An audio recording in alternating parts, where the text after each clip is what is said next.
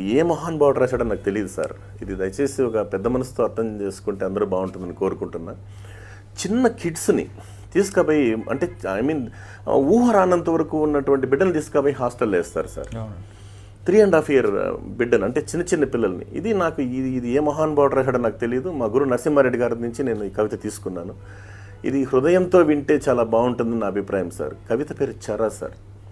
ఆ బిడ్డ పడే ఆవేదన, అమ్మ ఈ బాల్యం ఒక పూల హారంలా నీ కంఠానికి హత్తుకొని ఉండాలనుకున్న నన్ను గోవు నుంచి దూడను విడదీసినట్లు ఎందుకమ్మా ఈ హాస్టల్కు పంపించావు?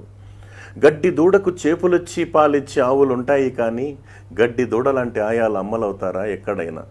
3.5 ఏళ్లకే నేనంటే మొహం మత్తిందా అమ్మ? నాకీ మెట్ల మంచాల ఒంటరితనం వద్దు, నీ సందిట చేరి నిండారయ్యే నిద్రమత్తు కావాలి. వచ్చి నాన్ని మెలకువతో వదనంలా కమ్మేసే నేల కొంగు చీర ఛాయ కావాలి.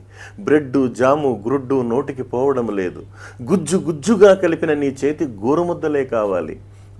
బార్లుగా బాత్రూముల వైపు నడిచి వెళ్లే మా నగ్నత్వానికి కళ్ళు నీటి కుండీలవుతున్నాయి. మురికి కంపు కొట్టే మా బోట్ల ర్యాక్ వైపు నువ్వెప్పుడూ రావు. ఆఫీసు రూమ్ కారిడార్లు అందమైన పూల కుండీల మధ్య పువ్వులా కనిపిస్తాను కాబోలు. దూరం నుంచి చేయి ఊపి దూదెపింజలాంటి కారెక్కి మాయమవుతావు. నాన్న సరే రాతి గుండెగల మగాడు, అమృతత్వానికి మారు పేరైన అమ్మవే.